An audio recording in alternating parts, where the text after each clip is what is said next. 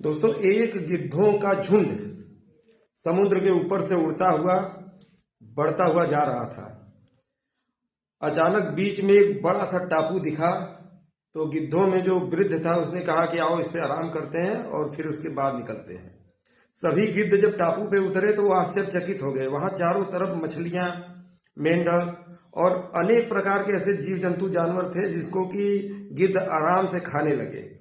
और खाने के बाद जब ये लोग जुटे तो इन लोगों ने फैसला ले लिया कि यार यहाँ तो बहुत ही सुंदर व्यवस्था है, यहाँ तो खाने पीने की कोई कमी ही नहीं है, यहाँ कई सालों तक हम लोग यहाँ पे रह सकते हैं और खा सकते हैं, हमें कहीं जाने आने की जरूरत ही नहीं है।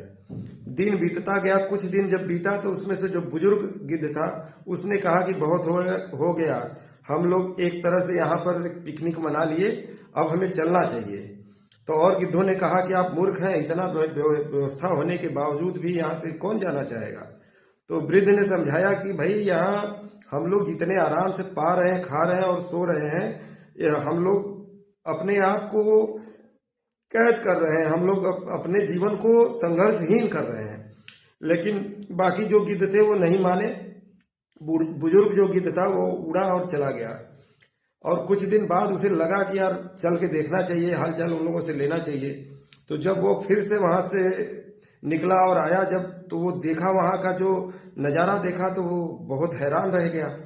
उसे लगा अरे ये क्या हो गया, सारे के सारे गिद्ध मरे पड़े हैं, कुछ घायल पड़े हैं, कुछ यहाँ वहाँ गिरे पड़े हैं।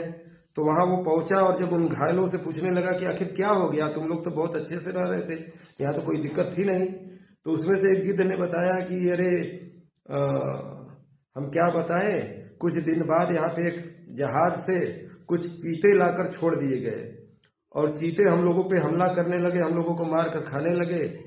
हम लोगों ने बहुत कोशिश किया लेकिन हम लोग क्या था कि इतना आराम के आदी हो गए कि हम लोग उड़ना भूल गए थे और हम उड़ नहीं पाए और सारे के सारे चीते हम लोगों को मार दिए, घायल कर दिए, खा गए। तो दोस्तों, कहने का यह मतलब है कंफर्ट जोन। जब हम आरामदायक जिंदगी बिताने लगते हैं, जब हमारे बाप दादा मेहनत करके कोई प्रॉपर्टी, कोई व्यवस्था खड़ी किए रहते हैं और हम उसको केवल खाना चाहते हैं, भोगना चाहते हैं, तो हमारा जो वास्तविक जो प्रक्रिया है, हमारा दिमाग है, हमारा शरीर है, वो कंफर्ट जोन में चला जाता है और हम मेहनत करना ही नहीं चाहते।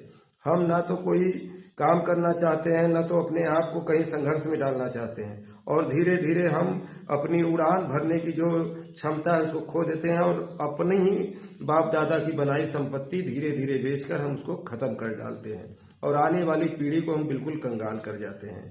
तो दोस्तों, हमें इस कंफर्ट जोन से निकलना होगा, संघर्ष करना होगा। जीवन संघर्ष का ही नाम है। जिसके जीवन में संघर्ष नहीं, उसका जीवन समझ लीजिए किसी काम का नहीं, वो जानवर से भी बदतर है।